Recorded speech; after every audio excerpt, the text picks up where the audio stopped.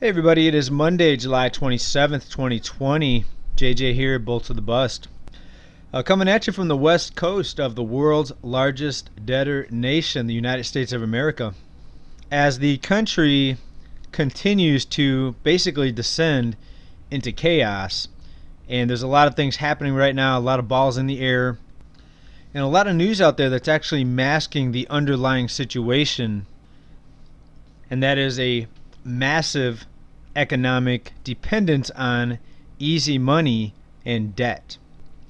And right now, just to recap what we've been seeing unfold here over the past few months, we've seen the banks get completely unleashed and detached from any sort of reserve requirements. So in other words, banks can create currency out of nothing. They can lend out as much as they want to without having to have any reserves. So it used to be they'd have to have a couple dollars in for every $100 that they loaned out. That was called a fractional reserve lending system. And essentially that means that the banks are levered. And just think about how much easier life would be for you and I and for all of us here if we could do what the banks do. So in other words, you can let people borrow money that you don't have, money that doesn't exist, and charge up to 30% interest on that. And that's an example of a credit card that has the default amount. If you're late on a payment, they can bump it up to nearly 30%. So loan out money you don't have up to 30% interest. On a credit card, it's typically about 17%. Also on that, you can charge service fees, you can charge late fees, you can charge overdraft fees, and you get transaction fees if you're a bank from everyone that goes out and swipes the little plastic card. All right, so it's a pretty good life if you're a banker. For everybody else, the bottom 90%, and all of us that don't get unlimited stimulus from a monopoly type of money system, well, sometimes it's not so easy. We have to try to stay ahead of the game and keep our eye on the ball here in the financial situation, and that's the goal of this channel here, is to try to do that, bet against the debt, and knowledge is power. And let's take a look at what we need to focus on. So we're going to see another stimulus check coming out very, very soon, and it's going to be a little different than the last one, but we know they're going to have to keep throwing money at the situation, and I've heard it referenced as hush money. So while corporations, too big to fail financial institutions get unlimited amounts of money in order to keep the banking system operational, occasionally, maybe every few months, they'll have to throw out $1,000, maybe a $1,200 stimulus check, and that's hush money to keep everybody, quiet and calm. But even that's not enough, as we see possibly millions of people now are going to be losing the roof over their head. The eviction moratoriums have just ran out. We talked about that just in our previous video. And I wanted to add to that because I saw a very interesting comment that anyone that's not able to pay your rent, sit and wait as long as you can. Let the legal proceedings take place.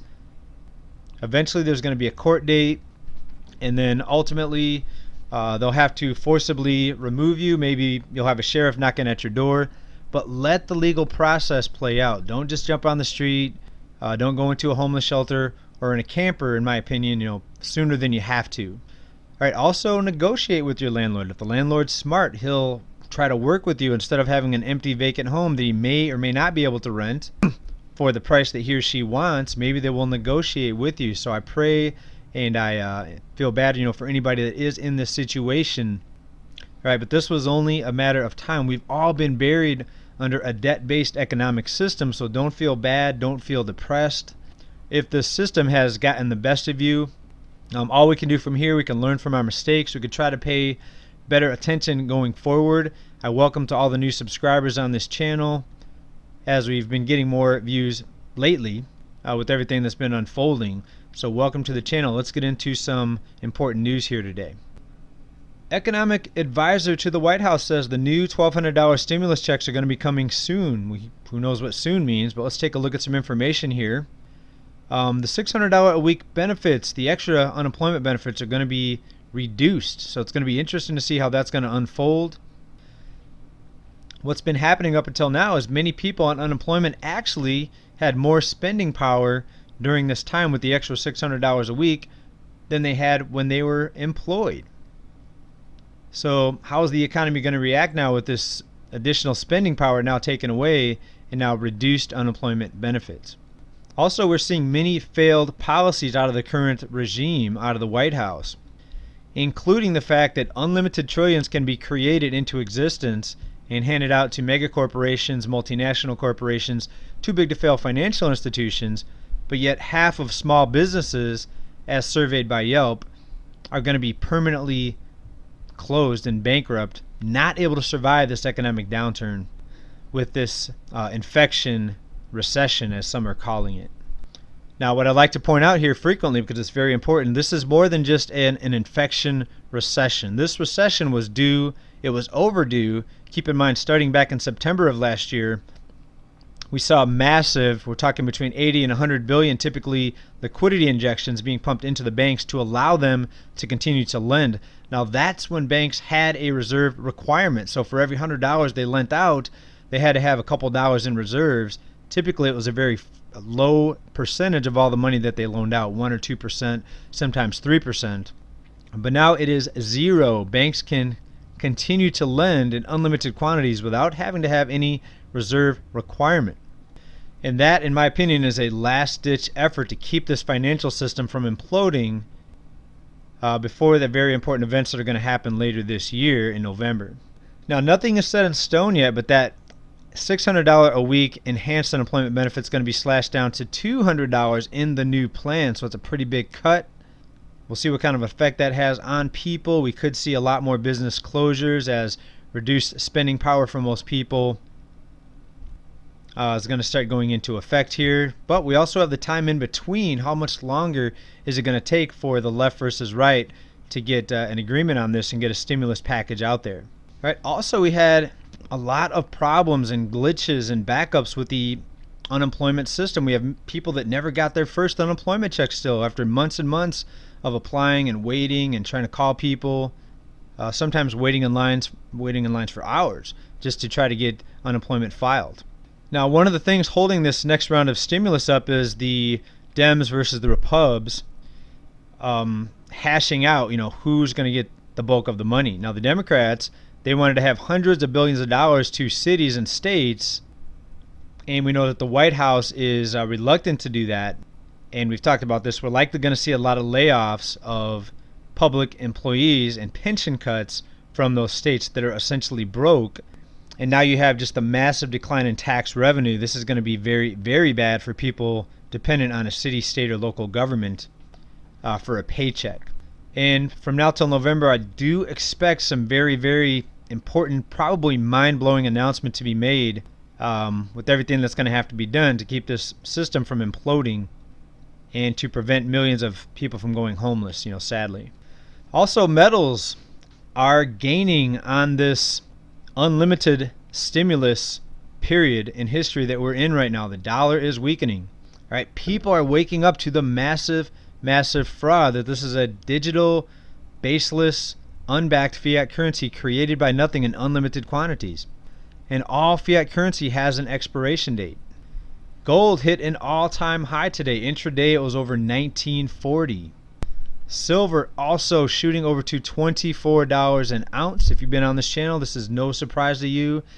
We've been encouraging people for a long time now to try to get your self-positioned, even fractionally positioned at a minimum.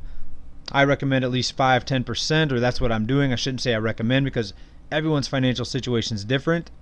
But it's a good time to start hedging against the demise of the dollar, possible hyperinflation.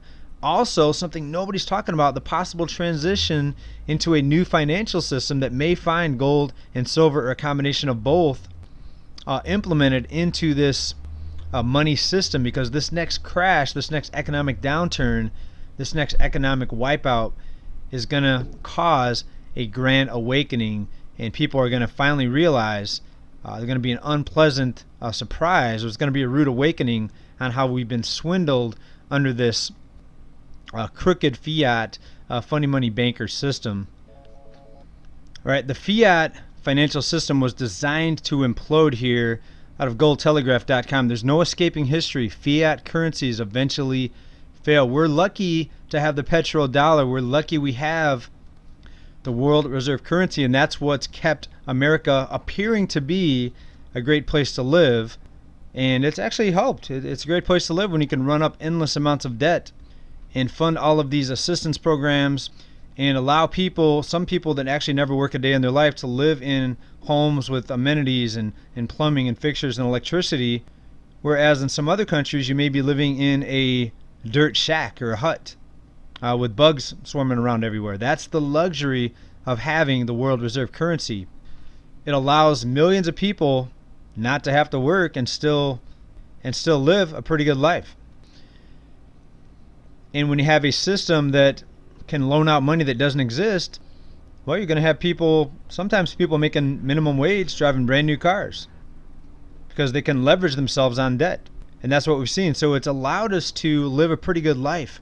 But what's going to happen when the system comes to an end? And it's starting to come crashing down now. The dollar is falling. Gold is rising. That should be a signal for us to start preparing. If you haven't been preparing, you might want to dip your toes into some metals. There's a link down below. What I've been doing, I've been accruing metals. I started accruing at about $16 an ounce in silver. And now look at us, we hit over $24 today. Gold hit a new all-time high. This is no coincidence. There is a reason for this. Fiat currencies typically last about 50 years. We were taken off the gold standard in 1971. We're halfway through the year 2020. Next year is going to be 50 years as the dollar completely detached from gold. How much longer is the dollar going to last? Is it going to collapse? Maybe not, but we do see a flight to safety right now. And something nobody's talking about. What's going to be the next financial system? Will it be just another fiat currency, or is there going to be a grand awakening where people realize that this fiat system is designed to fail? It enriches the few and impoverishes the masses. I think people are going to be demanding sound money when this is done. I think we're going to see a grand awakening, and I think gold and silver is going to be combined with some newer technology here to stop this unlimited fiat funny money system. And it's going to be a good idea to be positioned. Link down below, SD Bullion. Thanks, everybody. Let's wrap it up here with a market shot. All major indexes up fractionally today. The NASDAQ was the big gainer, up 1.75%. But green on the S&P, the Dow Jones, the Russell 2000. Crude oil still hanging over $41 there. Gold closed out at $19.31. It hit $19.40 intraday. Let's go over to silver. Closed out at $24.43, another near 7% gain. All right, these gains are astonishing, and I think we're going to continue to see silver outperform gold on a percentage basis. Grab it while you can. Link down below. Thanks for watching this report, everybody. Hope everybody stay well, stay safe, stay prepared as we continue to brace ourselves for the economic turmoil that's headed our way. We're going to talk about the latest Fed nominee, who's likely going to be very soon, Judy Shelton. She's also a gold bug. She's also anti-Fed. It's going to get real interesting, folks. We're going to talk about that and more in our next report. Bye, everybody.